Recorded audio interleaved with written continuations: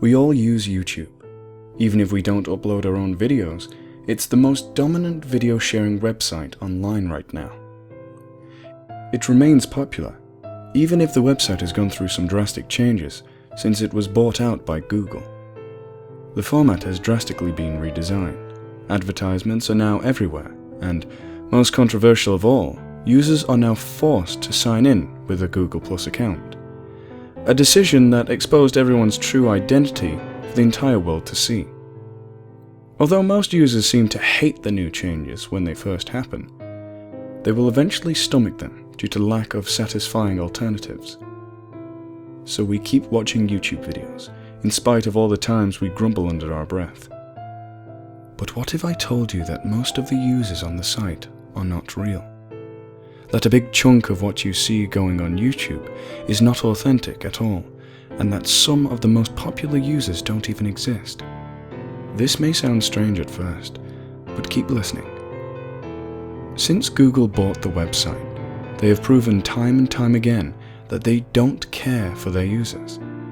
They harassed YouTube users until they agreed to sign up for Google+, or eventually they just forced them to do it against their will.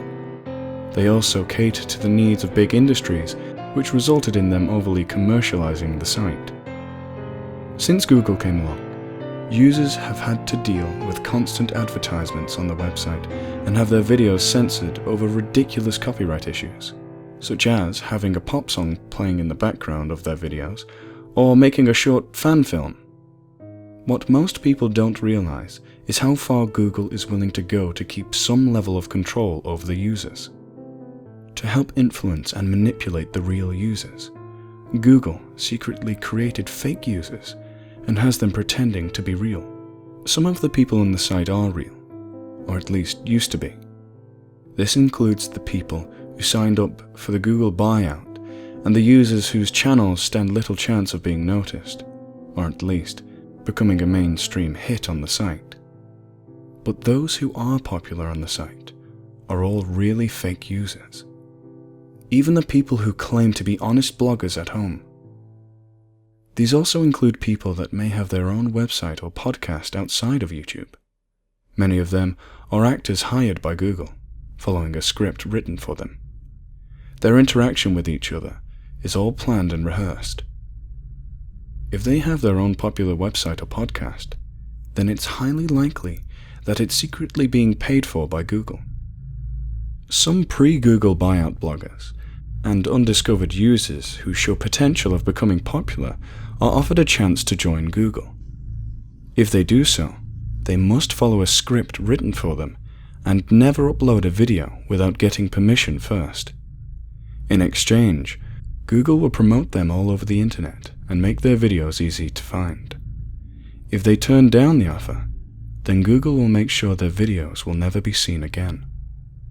All their videos will be removed under false claims, and eventually, the user will be banned from YouTube.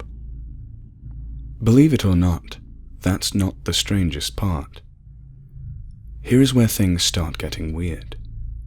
Some of the fake users you're seeing are actually CG characters. They are computer-generated people made by Google, using technology that they have kept for themselves. Google has access to some of the most advanced technology in the world and connection to major special effect industries. They are looking for bloggers who will simply follow orders and are appealing to social media. This can be hard to do, seeing how some people may betray them and leak information. So, they started literally creating their own people who will only do what they want, and that they can never fear being betrayed by. Their voices are actually from a computer. The room they are sitting in is just a digital background, and the person is just a perfected CG avatar. It's confirmed that marketing industries have used computers to create unrealistic people before. Most of the models you see in magazines have been digitally altered and exaggerated to the point that they couldn't possibly exist in the real world. Digital voices are known to the public as well. For example, in Japan there have been virtual pop stars whose voices are sung by a computer. The bloggers who are talking to you through a video are simply using a more advanced version of this technology. These bloggers are all products created by Google. Created to be attractive, funny, and appealing to the average user. Their purpose is to attract users to the site, sell them things, and sway public opinion. Both the actors and virtual users are meant to keep people online, distracted, and in the dark without even realizing it. The weirdness doesn't end there. A big chunk of the people in the comment sections are also fake.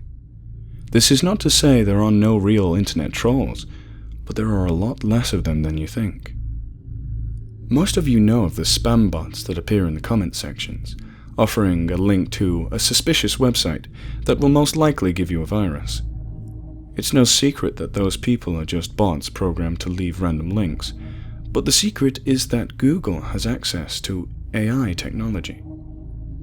A while ago, Google bought Boston Dynamics, a robotics company that was originally working for the US Defense Department. In reality, the two had been working closely together long before the buyout, and many backroom deals had been made between the two. What was never revealed to the public was that Boston Dynamics was successful in creating AI software that could perfectly mimic a real human mind. This AI program can exist on the internet as its own online entity. They can read and understand comments and articles, as well as watch videos. They can talk to online users as if they are real commenters. They can look up information faster than a real user and download it all to their memories. This may make them seem like a skilled debater at first, but they process the information so quickly that they can malfunction, sometimes having a hard time grasping what they had just processed. Google uploaded the AI software into both YouTube and their own search engine, which is part of the reason why they made it a requirement to use Google Plus to log into YouTube. The software is programmed to create 3 new AI entities for every real YouTube user who creates an account. This way, the AI users will always outnumber the real users. The AI are all programmed to share whatever opinion, beliefs, and even personal taste in pop culture that Google wants them to. This way, Google can sway the real users into accepting whatever they favor. Since there are more AI users than real users, they can create a sense of online conformity and make real people more hesitant to speak their opinions. Anyone who holds a view that's in opposition to Google's agenda will be directly targeted by AI commenters, which will begin harassing the real users with tactics such as cyberbullying, spamming, and in some cases even hacking their computer to upload viruses. This also encourages real users to join in with the AI to target the unfortunate user who had spoken out. At the same time, the AIs are programmed to like and praise the fake video users by leaving positive comments and liking the video, which, in return, will encourage real people to do the same. All of this is meant to help control the real users, who are unaware how they are being manipulated. This way, Google can guide the people into buying certain products. For example, if a movie comes out made by a studio that has asked Google for help with advertising, then Google's fake YouTube accounts will all react positively to the movie. The actors and CG bloggers will promote the film on their channels, or their website and podcast if they have one, while the AI commenters will like the same video of the fake bloggers praising the movie. The AI users will leave comments acting as if they had just seen the same movie, claiming that they had loved it. They will also hit the like button to the trailers or anything else that has to do with the movie, such as a parody video or a positive review. All of this will lead the real users into wanting to see the movie for themselves. If a real YouTube user leaves a comment or video presenting the movie in a favorable light, then the AI users will hit the like button so that more people will see the video or comment. If a real user didn't like the movie and expresses it through a comment or video on YouTube, then the AI users will thumb it down so it has less chances of being seen. Google does not just plan to use this tactic for marketing. They are using this to help shape our political, religious, and philosophical worldviews as well. For example, if there is a candidate that is willing to work with Google, then they will have their fake users promote him or her. The actors and CG bloggers will praise him and begin to promote the candidate on their channel. At the same time, the AI users will rally around the candidate, hitting the like button on anything that portrays him or her in a positive way. They will show intense hostility against any real users who disagree with them, but like any comment that they are programmed to agree with. From that point on, the real users will be encouraged to follow the candidate and agree to the things they normally wouldn't. This doesn't just concern Google's attempts to influence public opinion, but it's also a matter of security and privacy. Say what you want about Edward Snowden or WikiLeaks, but they confirmed that for the past few years Google has been working with the NSA. The AI users don't just act like YouTube users, but can also keep track of the real ones. Each time you unknowingly talk to an AI, in the comment section, it shares what you had typed and how you had acted with all other AI users. All this information is also sent and stored into files used by the NSA to keep a good track record of you. If you say anything that the NSA would deem you as a possible threat, then the AI will begin to monitor you. They will start replying to your comments and videos pretending to be other users trying to engage you. In reality, they are testing you, trying to see if they can get anything else from you. If you think you can avoid them by simply not using YouTube, guess again. They can leave this site and track you down anywhere else online. If you start talking on an online message board, then they will follow you there and log in with their own accounts. If you use Gmail, then they can simply just read your mail. They can even get into your phone and start texting you, pretending to be someone you know. Now, to be fair, they have caught some real terrorists and pedophiles using this technology. But the NSA is not fully looking out for the public interest either. With this tactic, they can also oppress free speech and online movements that are critical of both the government and Google. Google and the NSA can simply respond to an outcry against them by switching their fake users on to oppose anyone who's in opposition to them. If someone tries to start a movement to get the public aware of such things as online piracy issues and corruption within the NSA can just ask Google to have all the fake users portray the real ones who protest as uneducated conspiracy theorists. This will instantly create the illusion that the real people are a fanatical minority. They also will continue to record information on you, even if you're not a real threat.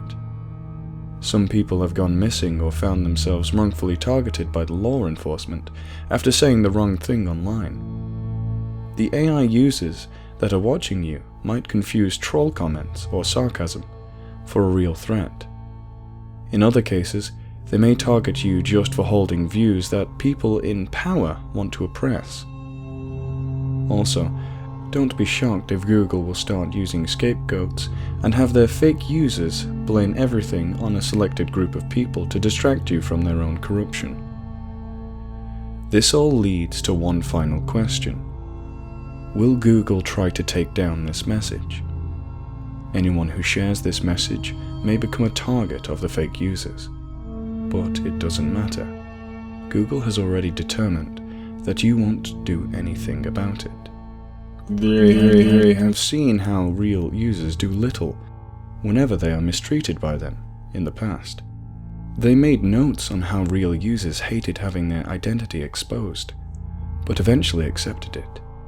They remember when they enforced censorship rules on you, or allowed the NSA to read your mail, and that no one did a thing about it. You just kept using their service. So they have rationalized to themselves that even if their fake users are fully exposed to the public, that the reaction will be the same. People will be angry at first, maybe even threaten to use a different search engine and video site, but they will eventually accept everything fake about it and continue to use it, in spite of the risk.